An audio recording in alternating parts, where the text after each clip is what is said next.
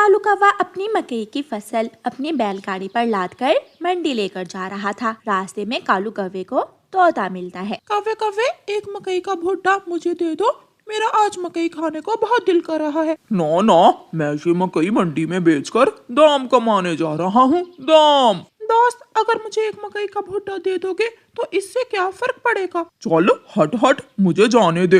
कौवा अपनी बैलगाड़ी लेकर वहाँ से चला जाता है। कौवा मंडी में जाकर मकई बेचता है और मुनाफा लेकर अपने घर चला जाता है। 1 2 3 4 5। कालू, इस 500 से क्या बनेगा? इन पैसों से मैं घर का खर्चा चलाऊंगी या अपना सोने का हार लूंगी। घर का खर्चा चला लो, सोने का हार तुम अगली फसल पर ले लेना। अब जब मैं बूढ़ी हो जाऊंगी हर बार तुम यही कहते हो। मुझे नहीं मालूम, मुझे तो इस बार ही सोने का हार लेना है। अब मेरे पास इतने पैसे नहीं हैं कि मैं तुम्हें सोने का हार लेकर दे सकूं। दूसरे दिन कालू कौवा खेत में काम करने चला जाता है और गोरी कौवी कबूतर चाचा से कहती है, कबूतर चाचा, मैं कालू के बैल बेचने जा रही हूँ। गोरी, अगर बैल बेचने ही है तो मुझे दे दो, पैसे ले लो मुझसे, मुझे भी खेती बाड़ी में बैलों की जरूरत है। ये तो मेरे लिए आसान हो गया, जाओ जल्दी से पैसे ले आओ और ये बैल तुम ले जाओ। कबूतर जल्दी से अपने घर जाता है। पति जी, ये पैसे लेकर आप कहाँ जा रहे हैं? मैं कालू कौवे के बैल खरीदने जा रहा हूँ। वो कौवे हमेशा किसी न किसी बात पर झगड़ा बना लेते हैं। जो भी काम करना ध्यान से करना। और गोरी कौवी वो पैसे लेकर सीधी सुनार की दुकान पर जाती है। सुनार सुनार, मुझे वो सोने का हार दिखाओ। वो हार बहुत महंगा है। कौवी, क्या इतने पैसे हैं तुम्हारे पास? तो और क्या, मैं मुफ्त में लेने आई हूँ सोने का हार। अभी अभी मैं कालू के बैल बेच कर आई हूँ। सुनार गोरी कौवी को सोने का हार दिखाता है। गोरी वो हार अपने गले में पहनकर दुकान में लगे हुए बड़े आईने में खुद को देखती है। ये हार तो मेरे गले में पहना हुआ बहुत सुंदर लग रहा है। गोरी कौवी सुनार से वो हार खरीद लेती है और वो हार अपने गले में पहनकर अपने पति कालू कौवे के पास खेतों में जाती है। कालू जी, देखें तो मेरा ये सोने का हार कैसा लग रहा है। सोने का हार? लेकिन तुमने ये हार कहाँ से लिया है? ये बात मैं घर जाकर बताऊंगी। पहले बताओ, ये हार कैसा लग रहा है? हार तो बहुत सुंदर है और तुम्हारे गले में पहना हुआ बहुत सुंदर लग रहा है। कालू कौवा अपना काम खत्म करता है और दोनों कौवे अपने घर चले जाते हैं। कालू कौवा छपरे के नीचे अपने बैल ना देखकर गोरी कौवी से कहता है, गोरी, बैल कहाँ है? गोरी घर चली जाती है। कालू गोरी के पीछे ही घर जाता है। गोरी, हमारे बैल कहाँ है? कालू जी, वो बैल बेचकर ही तो मैंने ये सोने का हार लिया है। ये सुनकर कालू कौवा अपना सर पकड़ लेता है। तुमने मेरे बैल बेच दिए, अब मैं खेती का काम कैसे करूँगा? जैसे भी करो, मुझे तो सोने का हार लेना ही था। मेरे बैल बेचकर तुमने बहुत बुरा किया है।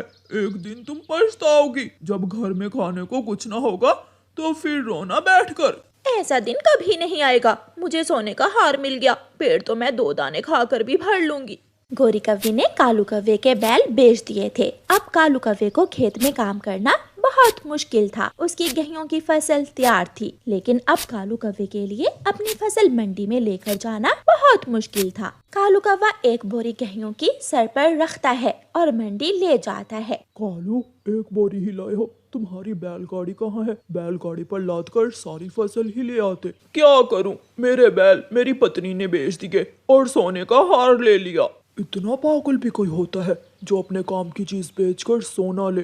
कालू कौवा सारे दिन में एक ही बोरी गेहूं की मंडी लेकर जाता है और शाम को थक हार कर घर चला जाता है। आसमान पर बादल छाए हुए हैं, अगर बारिश आ गई तो साल भर की मेहनत पानी में बह जाएगी। कालू जी, इसमें मेरा क्या दोष है? कालू कौवा गुस्से में बोलता है। दोष है? अगर मेरे बैल होते तो मैं सारी फसल बैलगाड़ी पर लाद कर आज मंडी ले जाता। मैंने एक सोने का हार क्या ले लिया? तुम तो हर वक्त मेरे सोने के हार से ही जलते रहते हो। रात बारिश शुरू हो जाती है और कालू कौवे की पकी हुई गेहूं की सारी फसल बारिश में खराब हो जाती है। सारे गेहूं के पौधे जमीन पर गिर जाते हैं। दूसरे दिन जब कालू कौवा अपने खेत में जाता है तो अपनी फसल की बर्बादी देखकर रोने लग जाता है। ये सब गोरी की वजह से हुआ है, ये सब उसी की वजह से हुआ है। अब मैं बीज और खाद के पैसे कैसे लुटाऊंगा? कौवा बैठा रो रहा था कि साहूकार पक्षी चील आ जाता है। कौवे, यहाँ बैठकर रो रहे हो, मेरे पैसे कब लुटाओगे? जो तुमने ब्याज पर मुझसे लिए थे। साहूकार जी, सारी फसल तो बर्बाद हो गई। अब मैं कैसे आपका कर्ज लुटा सकता हूँ? मैं साहूकार हूँ, मेरा काम है, गंदा है पर धंधा है।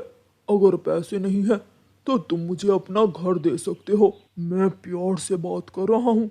अगर ना भी दोगे तो 4 पक्षों की पंचायत में धक्के मार मार तुमसे मैं तुम्हारा घर खाली करवा लूंगा। कौवा जानता था कि अब कुछ नहीं होगा।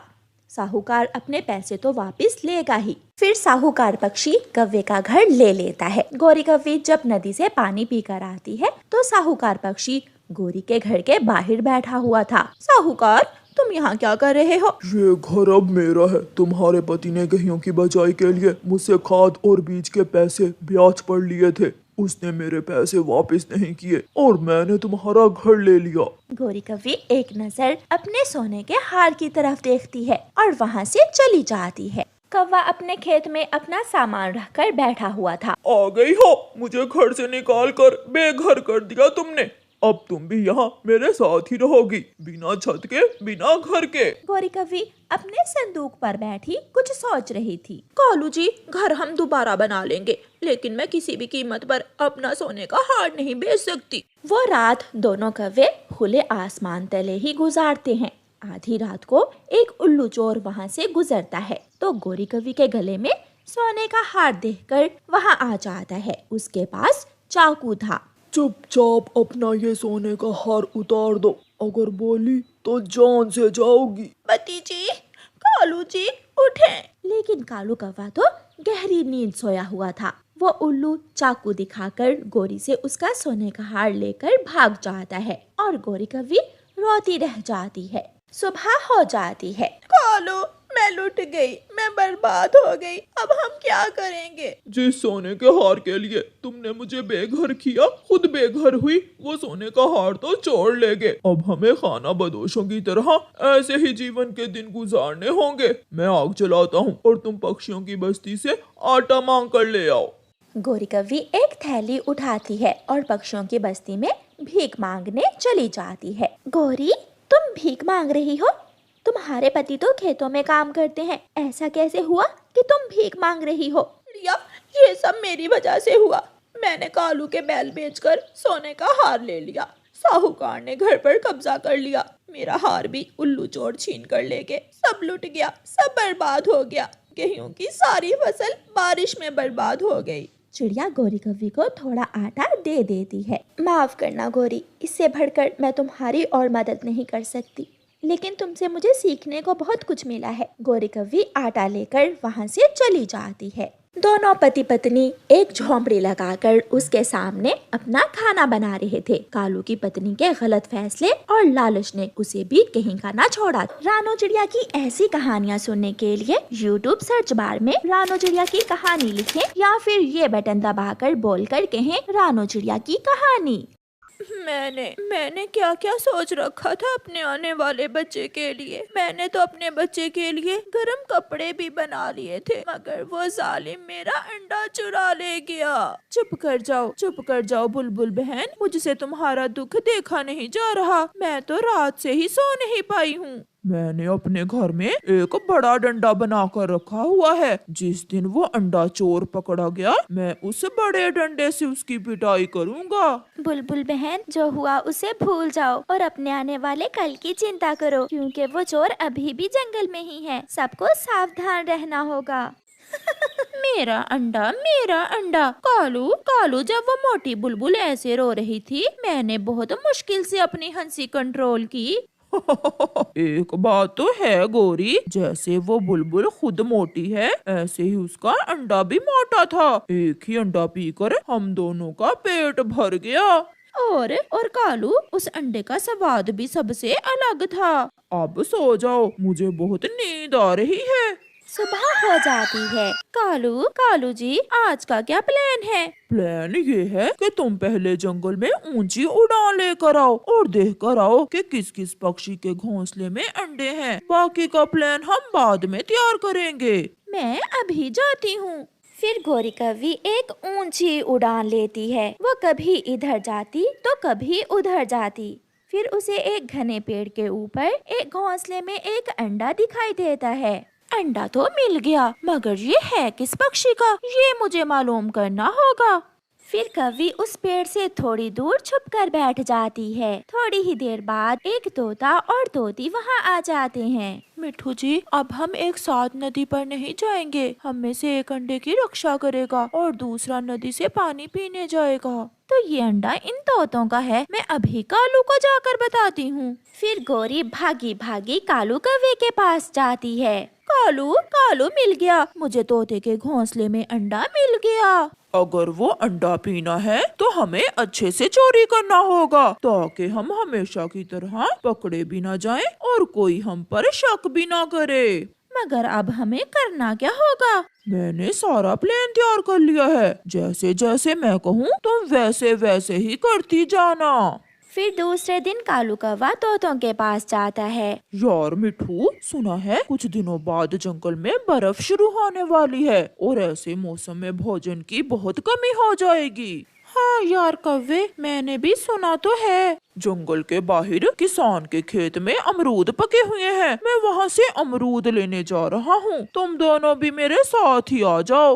मगर हम अपना अंडा छोड़कर नहीं जा सकते। मैं अकेला ही जाता हूँ, कालू तुम्हारे साथ। तुम तो एक या दो अमरूद ला सकोगे। जब तुम्हारे अंडे से बच्चा निकलेगा और हर तरफ बर्फ ही बर्फ होगी, तो तुम अपने बच्चे को क्या दोगे खाने को? मैं इसीलिए तो कह रहा हूँ, तुम दोनों आओ और कुछ अमरूद लाकर जमा कर लो।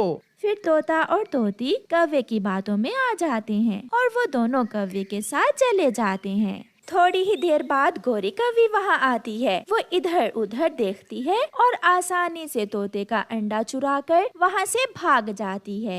हरियाली, जल्दी करो, मुझे अंडे की चिंता हो रही है। मैंने 2 अमरूद तोड़ लिए हैं, 2 अमरूद आप तोड़ लें और हम जल्दी से घोंसले में वापस चले जाते हैं। यार कौवे, तुम अमरूद नहीं खा रहे हो? मेरा तो पेट भरा हुआ है और वैसे भी मुझे अमरूद कुछ ज्यादा पसंद नहीं है। तोता और तोती 2-2 अमरूद लेकर वहाँ से चले जाते हैं। मैं कोई पागल हूँ जो ये अमरूद खाकर अपना पेट भरूं? हमने तो आज तुम्हारा स्वादिष्ट स्वादिष्ट अंडा पीना है। जल्दी से कालू कौवा घर भागता है। हरियाली, हम लुट गए, हमारा अंडा नहीं है। वही हुआ जिसका मुझे डर था। मैंने आपसे कहा भी था कि उस कौवे की बातों में ना आओ, मगर आपने कहा कि कुछ नहीं होता। वो दोनों बैठे रो रहे थे। चिड़िया, बुलबुल और कबूतर भी उनकी रोने की आवाज सुनकर वहाँ आ जाते हैं। कालू, अब जल्दी से तोड़ो ये अंडा, मुझसे और इंतजार नहीं हो पा रहा। फिर कालू कौवा अपना काम शुरू करता है। वो अपनी चोंच में अंडा उठाता है। 1 2 3। कालू अंडा नीचे गिरा देता है और अंडा टूट जाता है। पार्टी शुरू हुई। वो दोनों जल्दी से तोते और तोती का अंडा पी लेते हैं। वाह, मजा आ गया। गौरी, चलो अब हमें भी जाकर तोते के पास झूठ मूठ का रोना होगा। कालू, तुम चिंता न करो, मैं इतना रोऊंगी कि कोई भी मुझ पर शक नहीं करेगा। वो दोनों अपने घर से निकलते हैं। कल बुलबुल का और आज तुम्हारा, कल किसी और का अंडा चोरी होगा। अब हमें कुछ न कुछ तो करना ही होगा। कौवे भी वहाँ पहुँच जाते हैं। मेरा तोता, मेरी तोती बहन, बहुत बुरा हुआ। मुझे जैसे ही पता चला कि मेरे तोतों का अंडा किसी ने चुरा लिया है, मैं और कालू दौड़े चले आए। कौवे, अगर हम तुम्हारे साथ अमरूद लेने ना जाते तो ये सब ना होता। दोस्त, तुम मुझे दोषी समझते हो तो मैं माफी मांगता हूँ तुमसे, मगर भोजन लाना भी तो जरूरी होता है। मेरे तोते का अंडा कोई वापस ला दे उस जालिम से। कोई मेरे तोते भाई का अंडा वापस ला दे। हौसला रखो गौरी बहन, हौसला रखो। अब ऐसा नहीं होगा। जब सब भोजन लेने जाएंगे तो मैं घोंसलों की निगरानी किया करूँगा। मैं ध्यान रखूंगा सबके घोंसलों का। सबको कबूतर की ये बात पसंद आती है और फिर वो सब ऐसा ही करते हैं। जब सारे पक्षी भोजन लेने जाते तो कबूतर जंगल में ऊंची उड़ान लेता और इधर उधर सब घोंसलों का ध्यान रखता। कालू जी, मुझे तो अंडे पीने की लत लग गई है। अगर आज अंडा ना मिला तो मैं मर जाऊंगी। उस कबूतर के बच्चे ने सारी ही खेल उल्ट कर दी। हम अंडे भी पी लेते थे और किसी को मालूम भी नहीं होता था। कालू जी, चले हम किसी दूसरे जंगल में जाकर किसी पक्षी का अंडा पी लेते हैं। अब यहाँ तो कबूतर हमारी कोई चाल चलने नहीं देगा। फिर कौवा और कौवी उस दिन उड़ते उड़ते दूर निकल जाते हैं। वो दोनों दूसरे जंगल में पहुँच जाते हैं। गोरी को एक घोंसले में 2 अंडे दिखाई देते हैं। कालू, वहाँ घोंसले में कुछ है। हमारी तो किस्मत ही जाग उठी, अंडे और वो भी 2-2। मैना, आप यहाँ इस जंगल में और तुम्हारे अंडों के पास कौन है? हमारे जंगल में हमें अपने अंडों की कोई चिंता नहीं है, क्योंकि हम सब पक्षी अपने अंडे घोंसलों के नीचे छुपा देते हैं और घोंसले में सामने सांप के अंडे रख देते हैं। अच्छा, ताकि जो भी वो अंडा पिए वो मर जाए। हाँ, इसी तरह तो हमने पिछली बार चील को और बुरे कौवे को मारा था। अब मैं जाती हूँ, मैं तो इस जंगल में दाना लेने आई थी। मैना जैसे ही अपने घोंसले में पहुंचती है तो वहाँ एक कौवा और एक कौवी मरे पड़े थे और दोनों अंडे ही टूटे हुए थे। हमारे अंडे पीना इतना आसान नहीं है। अगर तुम चातर कौवे हो तो मुझे भी मैना कहते हैं, मैना। कबूतर भागा भागा चिड़िया के पास जाता है। चिड़िया चिड़िया, वो कालू और गोरी ही थे जो हमारे अंडे पीते थे। कबूतर भैया, ये आप क्या कह रहे हैं? हाँ चिड़िया, क्योंकि वो आज दूसरे जंगल में जहरीले अंडे पी लेने से मर गए हैं। ये सुनकर चिड़िया बहुत हैरान हो जाती है। ऐसे बुराई अपने अंजाम तक पहुंचती है। प्यारे दोस्तों, अब इस कहानी को जल्दी से लाइक कर दें और कमेंट करना बिल्कुल ना भूलना। आपका धन्यवाद।